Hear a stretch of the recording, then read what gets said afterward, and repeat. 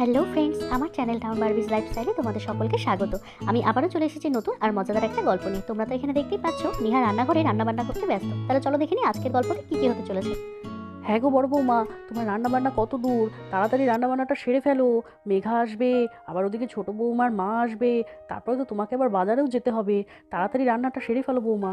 হ্যাঁ মা, এই তো তাড়াতাড়ি করছি। সেই কোন সকাল থেকে রান্নাঘরে আমি এসেছি রান্না করার জন্য।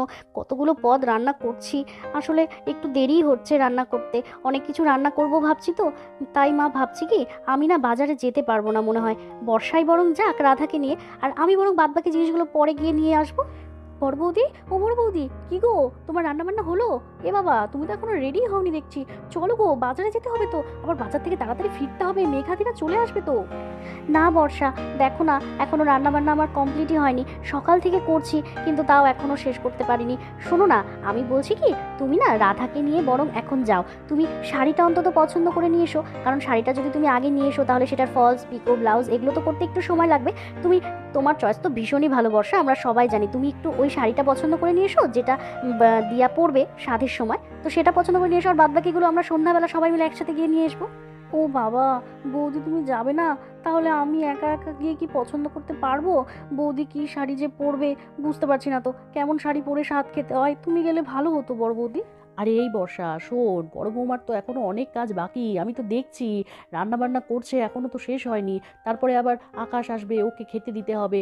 শোন, এক কাজ কর, বড় বৌমা ঠিকই বলেছে, তুই এখন বরং রাধার সাথে যা।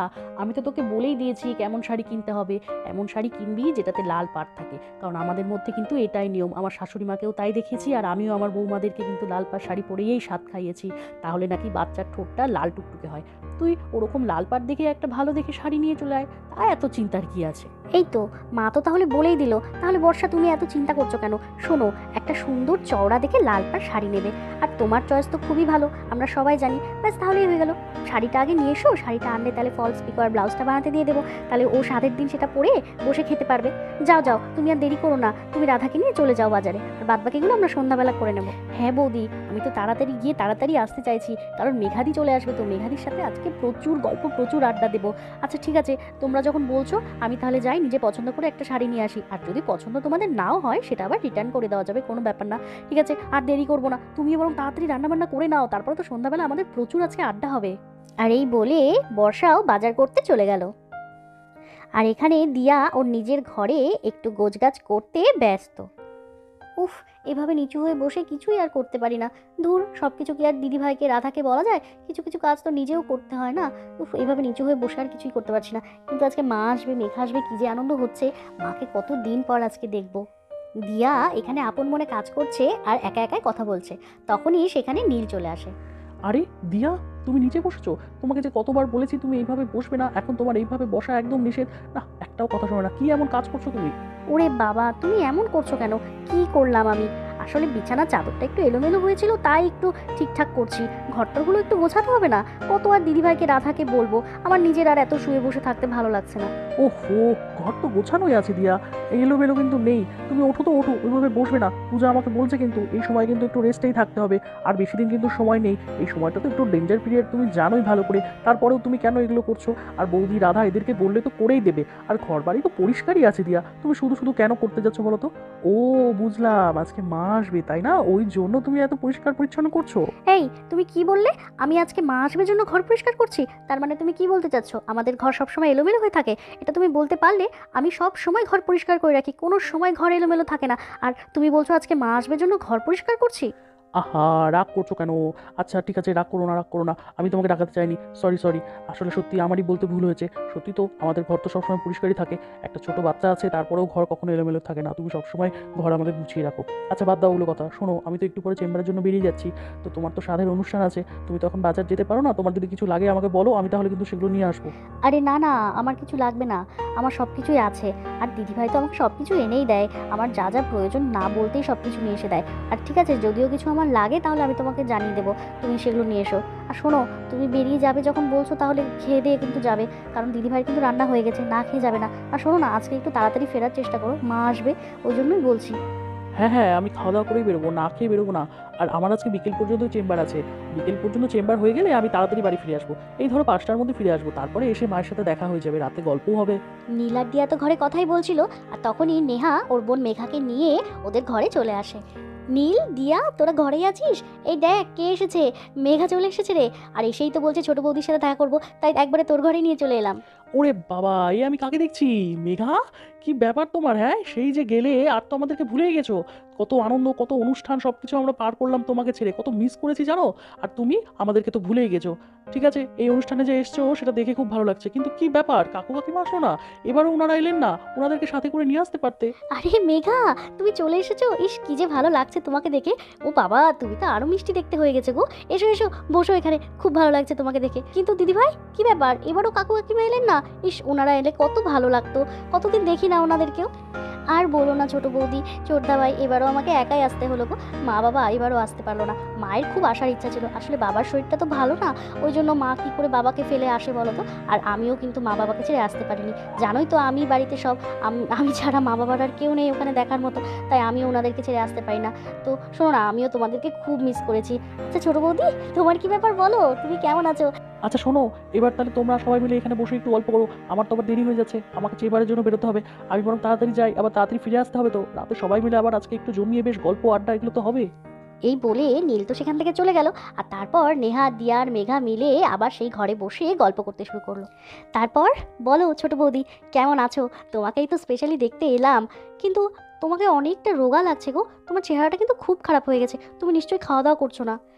আর বলিস না মেঘা, এই কথা ওকে কে বোঝাবে? আমরা সবাই ওকে বলছি যে একটু বেশি বেশি করে খেতে হবে, চেহারাটা ওর কত খারাপ হয়ে যাচ্ছে, কে কার কথা শোনে। এই সময় কত বেশি বেশি পুষ্টিকর খাবার খেতে হয়, কারণ এখন তো দুটো মানুষ না, ও খাবে, এবার ওর ভেতরে যে আরেকটা প্রাণ বড় হচ্ছে, সেও তো ওখান থেকে পুষ্টিটা নেবে। কিন্তু না, কি জানি, হয়তো আমার রান্নাটা পছন্দ হয় না, সেই জন্যই খেতে চায় না। ও তাই নাকি দিদি ভাই? তোমার রান্না ছাড়া আমি আর কার রান্না খাই গো? হ্যাঁ, যেটাই রান্না করছো সেটাই আমি চেটেপুটে খেয়ে নিচ্ছি। হ্যাঁ, মাঝখানে কিছুদিন আমি খেতে পারিনি, কিন্তু এখন তো দিব্যি খাচ্ছি গো। তোমার রান্না ছাড়া আর কার রান্না খাই? খালি বাজে কথা বললেই হলো। দেখেছো তো মেঘা, দিদিভাই কী সব উল্টোপাল্টা কথা বলে। তুমিও কিন্তু জানো যে দিদিভাই কত ভালো রান্না করে, দিদিভাইয়ের মতো রান্না কিন্তু আমরা কেউ করতে পারি না, তাও উল্টোপাল্টা কথা বলছে। দিদিভাইয়ের রান্নাই শুধু আমি চেটেপুটে খাই, আর কারো রান্না আমি খেতেই পারি না। আচ্ছা শোনো, তোমার কি খবর বলো তো? তুমি কেমন আছো বলো? সব কিছু ঠিক আছে তো? বাড়ির সবাই ভালো আছে তো? হ্যাঁ ছোট বৌদি, বাড়ির সবাই ভালোই আছে। আসলে আমি একটু সময় কম পাই, নতুন চাকরিতে ঢুকেছি, তোমরা তো জানোই। আগে তো চাকরিটা ছিল না, তাই এখানে এসে থাকতে পারতাম, কিন্তু এখন নতুন নতুন চাকরিতে ঢুকেছি, সেখানে কি আর বেশি বাদ দেওয়া যায় বলো তো? তো ছুটিই পাই না, ওখানে প্রচণ্ড কাজের প্রেশার। তো আমার খুব এখানে আসতে ইচ্ছে করতো, কিন্তু আসতে পারতাম না। আচ্ছা, কি ব্যাপার, আমি তো তিন্নি দিদির সাথে আসার সময় দেখা করে এলাম, কিন্তু বর্ষা কোথায়? ওকে তো দেখছি না আসার পর থেকে। ওরে বাবা, ও তো ফোন করে করে আমাকে কত দিন থেকে বলছে মেঘাদি এসো এসো, কিন্তু আমি আসতেই পারি না। ও মনে হয় আমার উপর খুব রেগে আছে। বর্ষার কথা বলছিস? বর্ষা আর রাধা একটু মার্কেটে গেছে রে, ওদের সাথে আমারও যাওয়ার কথা ছিল, কিন্তু আমি যেতে পারলাম না। আসলে ওই যে দিয়ার সাথে শাড়িটা কিনতে হবে, তো তো ওকেই বললাম তুই একটু পছন্দ করে নিয়ে আয়, চলে আসবে এক্ষুনি। তোর কথা খুব বলে রে মেঘা, ও তোর জন্য অনেকক্ষণ থেকে অপেক্ষা করছে। বর্ষার কথা বলতে না বলতেই 2 ব্যাগ ভর্তি বাজার নিয়ে বর্ষা সেখানে চলে আসে। বড় বৌদি, এই নাও, ধরো ধরো ধরো, বাপরে কি ভারী, কতটা সময় লেগে গেল এই শাড়ি পছন্দ করতে। আরে মেঘাদি, তুমি চলে এসেছো? সকাল থেকে তোমার জন্যই অপেক্ষা করছিলাম তো আমি, জানো। ইস মেঘাদি, তুমি আসবে সত্যি আমি ভাবতেই পারিনি। কি যে আনন্দ লাগছে, আমি তোমাকে বলে বোঝাতে পারবো না। জানো কত কথা জমে আছে তোমার সাথে, আমার অনেক কথা আছে, অনেক, এক রাতের মধ্যে তো সেগুলো বলে আমি শেষই করতে পারবো না। সত্যি বর্ষা, তোমরা এত ভালো, আমিও তোমাদেরকে খুব মিস করতাম গো, খুব মনে পড়তো তোমাদের কথা। কিন্তু কি করব বলো, নতুন নতুন চাকরিতে জয়েন করেছি, সেখানে তো আর এত ছুটি নেওয়া যায় না বলো, আর মা বাবাকে ছেড়েও আসতে পারিনি। কিন্তু ছোট বৌদির এত সুন্দর একটা শুভ অনুষ্ঠান, সেটাতে কি করে না এসে থাকতে পারি, তাই চলেই এলাম। ওরে বাবা, দেখো দেখো এদের কাণ্ড, এদের গল্প যেন শেষই হচ্ছে না। আরে বর্ষা, ঠিক আছে, মেঘা তো এখানেই থাকবে, তোমরা গল্প করো, কিন্তু তুমি বাজার থেকে কি শাড়ি আনলে সেগুলো দেখাও, সেগুলো দেখি আগে। ওফো, দেখেছো, সত্যি আমি একদম ভুলে গেছি। আসলে মেঘাদিকে দেখে আমি এত এক্সাইটেড হয়ে গেছি না, আমি বাজার থেকে শাড়ি এনেছি সেগুলো বলতেই তোমাকে ভুলে গেছি। আচ্ছা বড় বৌদি, শোনো না, তুমি প্যাকেট থেকে একটু শাড়িগুলো বের করে একটু তোমরা দেখো ছোট বৌদির পছন্দ হয় কিনা। আর তারপর নেহা এক এক করে শাড়িগুলোকে বের করলো। আর দুটো শাড়ি খুব সুন্দর দেখতে হয়েছে। ও মা, বর্ষা কি সুন্দর হয়েছে গো শাড়িগুলো, কি ভালো লাগছে, দারুণ চয়েস করেছো। সত্যি আমাদের দিয়াকে কিন্তু খুব সুন্দর লাগবে। এই দিয়া, দেখ না তোর কোনটা ভালো লাগছে। দুটো শাড়ি কিন্তু আমার খুব ভালো লাগছে। হ্যাঁ দিদি ভাই, ঠিক বলেছো, কি সুন্দর চয়েস করেছে না বর্ষা, আমারও খুব ভালো লাগছে। কিন্তু এখানে দুটো শাড়ি আছে তো আমি কোনটা নেব বুঝতে পারছি না, দুটোই তো খুব সুন্দর। যাক বাবা, শাড়িগুলো যে তোমাদের পছন্দ হয়েছে এই বিশাল। আমি প্রচণ্ড টেনশনে ছিলাম যে আমার চয়েস করা শাড়ি তোমাদের পছন্দ হবে কি না। আচ্ছা শোনো, এই যে লাল পাড় শাড়িটা দেখছো, এটা কিন্তু ছোট বৌদির স্বাদের সময় এটা পরবে। আর এই রানী কালার শাড়িটা এটা বড় বৌদির। মা আমাকে দুটো শাড়ি আনতে বলেছিল, তাই আমি এনেছি। ও ফো বর্ষা, তুমি যে কি করো না, মাও পারে, একবার আমাকে বলতে পারতে তোমরা। আমার কত শাড়ি সেগুলোই পরা হয় না। আর শোনো, এই দিয়া শাড়িটা থাক, তুমি আমার শাড়িটা ফেরত দিয়ে দাও। দিয়াকে নতুন শাড়ি পরতে হবে, আমার কি দরকার বলো তো, সত্যি কি যে করো। ও দিদি ভাই, এরকম করছো কেন গো? মায়ের হয়তো শখ হয়েছে আমাদের দুজনকে দুটো নতুন শাড়ি দেবে। থাক না, বর্ষা পছন্দ করে এনেছে, তুমিও নতুন শাড়ি পরবে, আমিও নতুন শাড়ি পরবো। না না, কোনো ফেরত দেওয়া হবে না। আমি কিছু জানি না, মা আমাকে বারবার করে বলে দিয়েছে যে দুজনের জন্য দুটো শাড়ি নিয়ে আসতে, আর বলেছে যে ছোট বৌদির শাড়িটা যেন একটু লাল পাড় হয়। তো আমি সেই মতো করে পছন্দ করে নিয়ে এসেছি। তোমাদের যদি পছন্দ না হয় তাহলে আমাকে বলো, আমি তাহলে রিটার্ন করে অন্য কিছু নিয়ে আসবো। আর শোনো না বৌদি, বলছি যে মেঘাদিকে ঘরে নিয়ে যাই, মেঘাদি একটু ঘরে গিয়ে ফ্রেশ হোক, আর আমরা তারপরে একটু গল্প গুজব করি। না না বর্ষা, শাড়ি ফেরত দিতে হবে না, আমাদের খুব পছন্দ হয়েছে। আচ্ছা ঠিক আছে, তুমি বরং মেঘাকে নিয়ে ঘরে যাও, মেঘা ওখানে গিয়ে একটু ফ্রেশ হয়নি, আমি তারপরে ওর খাবার তো ওই ঘরেই নিয়ে যাচ্ছি, তোমরা বরং যাও, ঘরে যাও। আর তারপর বর্ষা আর মেঘা সেখান থেকে চলে গেল। শাড়িটা কিন্তু দারুণ হয়েছে, তাই না বল দিয়া? ইস, বর্ষার কিন্তু চয়েস আছে, দেখ পাটটা কি সুন্দর চড়া, খুব সুন্দর দেখতে লাগছে। আচ্ছা শোন, এটা না আমি আজকেই ফলস পিকো আর ব্লাউজটা বানাতে দিয়ে আসবো, না হলে তো আবার কালকে তুই এটা পরতে পারবি না। তাড়াতাড়ি যদি বানিয়ে দেয় তাহলে এটা কালকের মতো রেডি হয়ে যাবে, এটা পরেই তো তোকে খেতে বসতে হবে। আচ্ছা দিদি ভাই, আমার শাড়িটা যখন নিয়ে যাবে তখন কিন্তু তোমার শাড়িটাও নিয়ে যাবে, তোমারটাও কিন্তু সব কিছু ঠিকঠাক করে নেবে। কালকে কিন্তু তুমিও এই শাড়িটাই পরবে, তোমাকে এই রঙটা খুব ভালো লাগে। বড় বৌমা, ছোট বৌমা, এই দেখো কে এসেছে। ছোট বৌমা, এই দেখো তোমার মা এসেছে গো, একবারে তোমার ঘরেই নিয়ে চলে এলাম। কতটা দূর জার্নি করে এসেছেন, নাও নাও, ওনাকে কি দাঁড় করিয়ে রাখবে, বসতে দাও। আরে মাসিমা, আপনি এসেছেন, আসুন এখানে বসুন, দাঁড়িয়ে আছেন কেন? মা, তুমি এসেছো, এই কতদিন পর দেখলাম। তুমি কেমন আছো মা, ঠিক আছে তো শরীর? আমি ঠিক আছি রে মা, এই তো চলছে। কিন্তু তোর কি খবর? ইস, চোখ মুখটা কেমন শুকিয়ে গেছে, নিশ্চয়ই খাওয়া দাওয়া করছিস না না? ইস, এরকম করলে হবে বলতো? চেহারাটা কতটা খারাপ হয়ে গেছে, এখন তো খাওয়া দাওয়া করতে হবে ঠিক করে।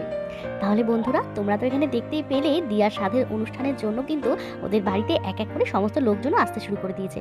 তাহলে আজকের মতো আমরা গল্পটা এখানে শেষ করছি। আগামী পর্বতে কিন্তু দুর্দান্ত একটা স্বাদের পর্ব আসতে চলেছে, তোমরা কিন্তু দেখতে কেউ মিস করো না। তাহলে আজকের মতো তোমরা ভালো থেকো, সুস্থ থেকো, সাবধানে থেকো, টাটা।